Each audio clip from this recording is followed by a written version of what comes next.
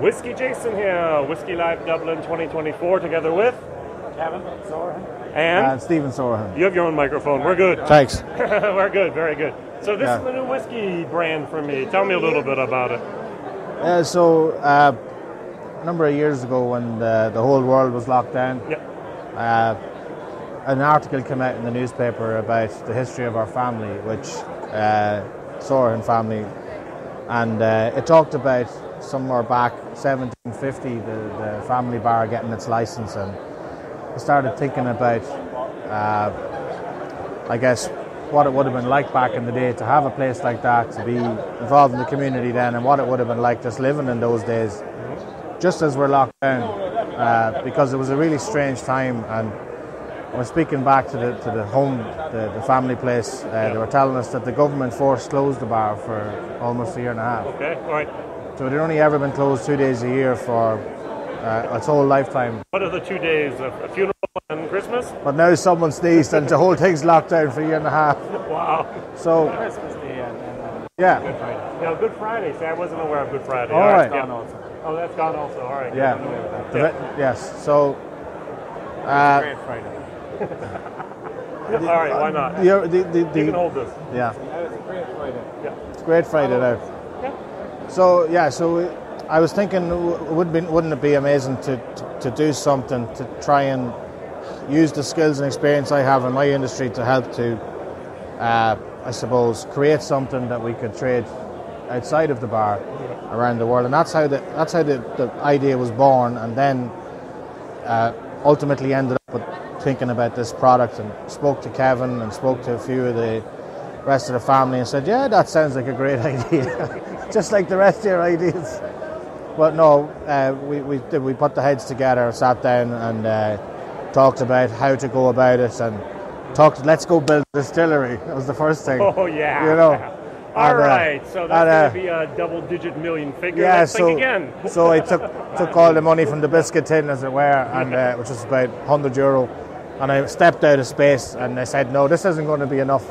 So we started thinking about ways to do it, and in today's market, there's different ways of setting up a business, of getting started, and just started phoning around different places and talking about what we wanted to do, and we were blessed with some people in the industry who just had a lot more knowledge and said, look, why don't you try this, do that, do the other. So worked with a Mexican artist for 6 weeks, storyboarding the history of the family, and worked intensely on this brand. So we said, what can we do from where we are right now, when we just cannot meet anybody, we can't see anybody, we can't go to distilleries, we can't talk.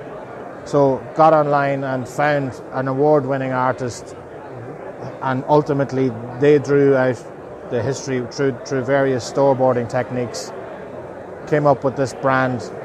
Things that were important for us, where we wanted to attribute the brand to somebody who symbolized something very special from the old days, when times were also very difficult. So the lady on the front of the bottle in the cart is a silhouette of our grandmother. So okay, I was going to ask about this, so let's put this in. Yeah.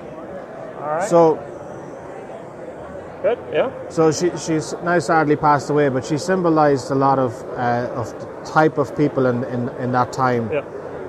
Never drank, never smoked, ran a bar with her family, raised 10 children, and most of them fairly well, and helped us as well. You know, really helped us growing up. So we kind of thought this also then tells the story about women back in those days who never got a lot of recognition for, I suppose, doing a lot of the hard work behind the scenes. Behind the scenes, yeah. Right, and this is not just an Irish thing. This is all across the world, really. So I said, this is a true story which really every family can relate to. So that's kind of what the brand is about. It's about coming from harder times, developing something. Our reaction to being told that we couldn't do anything was to make this. So you know, so it's kind of trying to message to other people as well, to say, don't sit and wait to be told when to solve problems. Think, find a solution, come up with something, and of course, it's an awful lot. And here we are. It's amazing to be just sitting here. I mean, this Fair and Development's custom made this bar for us this week. You know, the banner, which is we're trying desperately hard to straighten out. It was so, it only was made last week. This whiskey, the new launch, this 7-year-old single malt was labelled yesterday. Yeah. So, tell me a little bit about the whiskey here, the 7-year-old.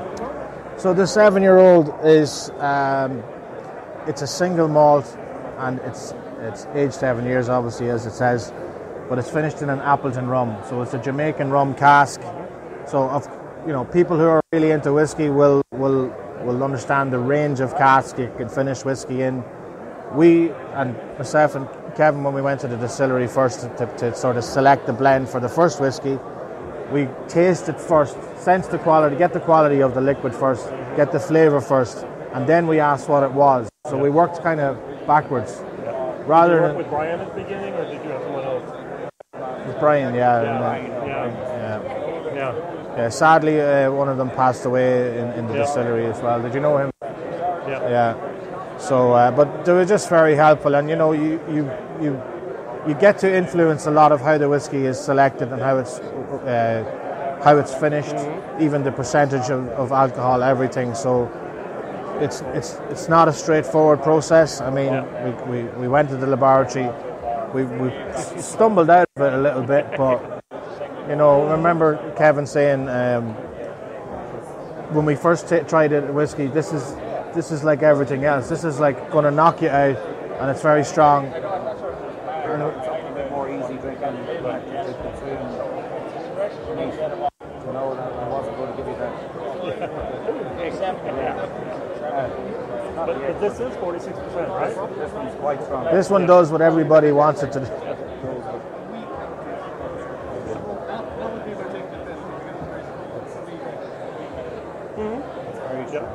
Very good. So that's very interesting that you have a 7-year-old 46, but yet your entry level is 3-year-old and 40%, right? Correct. Yeah. But so what will the price points be here in Ireland? Well, the first thing to note is obviously Ireland's the third highest country in Europe for excise. I know. So to all their German friends and Netherlands and Belgium and Dutch, 4 times more than Germany. I don't know why that is, but it's hard to compare pricing in different markets. Yeah. In Denmark, for example, it's 11.92 excise in Ireland and 70% here. It's about 6.50 in Denmark. Right. So it's significant, like so vastly different. This one's more expensive at 46% volume. I think it's just under €15 excise in Ireland. So for whiskey lovers, when they ask us, how much is that? They have to. When you think about all the work that goes into arriving at this product, with all the specialist people involved, even back to the farmers when they're trying to produce a good crop, like it's not expensive. What are you laughing at? What? What Shark Tale? What? Shark Tale? The weevil at the end goes. I was just wanted to see the look at that guy's face. The end product is what you're. Yeah, but yeah, I've been working a double shift. You could pick cheaper bottles. There's a lot of significance in the shape of this bottle, which I won't go into now because I'm sure this isn't an hour-long movie, but there's a lot of messaging embedded in the artwork. While it's simplified, there's a lot of story embedded in every aspect of it. A lot of symbolism. So. He's from Wexford, so that'll be the colours. Yeah. So in the southeast. Thank you. Yeah, southeast coast of Ireland. Even though we're up in Ireland the week, she moved there. Yeah, she did. And then we went for the Wexford colours. Highlight that. Yeah. So we've spoken with importers in Denmark and in starting to talk to people in the Netherlands, but we haven't. There are different attitudes to this type of thing in the likes of the Netherlands. I'm sure you've been over there, but we have had some people taste it and they love it. Can we buy this in Ireland someplace? This one's for sale at the moment. Yeah, this is in about 30. This is for sale. Right, Celtic Whisky at the moment have it in stock. Right. And thanks to them, they've taken a couple of cases into stock over here, and they've offered €10 off from it today. This is in about 30 places, some hotels, spar shops, Ballyconnell, County Cavan, Slieve Russell Hotel in Cavan, Uncle Tom's pub in Blackrock, Soraghan's obviously the original home bar place, and so we've quite a bit of interest from overseas, America, China, but as I said, we're it's with the excess costs, with the management costs, storage costs, production costs, you really have to manage it. Financially, you have to manage it well so that you don't overdo it. Right. But that's really it. So tell us a little bit about Jason WhiskyJason. Sorry. Okay. I am Jason. Yes. So I'm going to talk about myself briefly. Yeah. WhiskyJason, whiskey from the viewpoint of an American, and I live in Germany. I've done about 4,000 videos already online, interviews and whiskey reviews. You're bound to get one right. I'm about to get one right.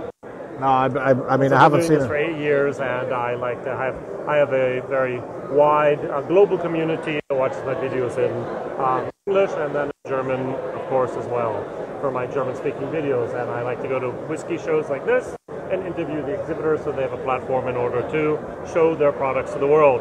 So we can find you online, Soraghan. SoraghanIrishWhiskey.ie. Okay, irishwhiskey.ie. That's very important. So we can read more about that there as well. Yeah. Very good. So I think that's a great introduction, first of all. Will there be other products coming soon, or are we just going to have to wait till next year to see if these two products take off like a rocket? Well, 3-year-old has right. It's flourishing, and the 7-year-old's only launched today, so wait and see. It will take off. I'm on my third. If we don't drink it all. Yeah. So, I guess there's lots of ways to approach the market, and everybody's like, when are you going to ship up a whole truckload of stuff and ship it to America and send it to China? And I'm like, whoa. Yeah.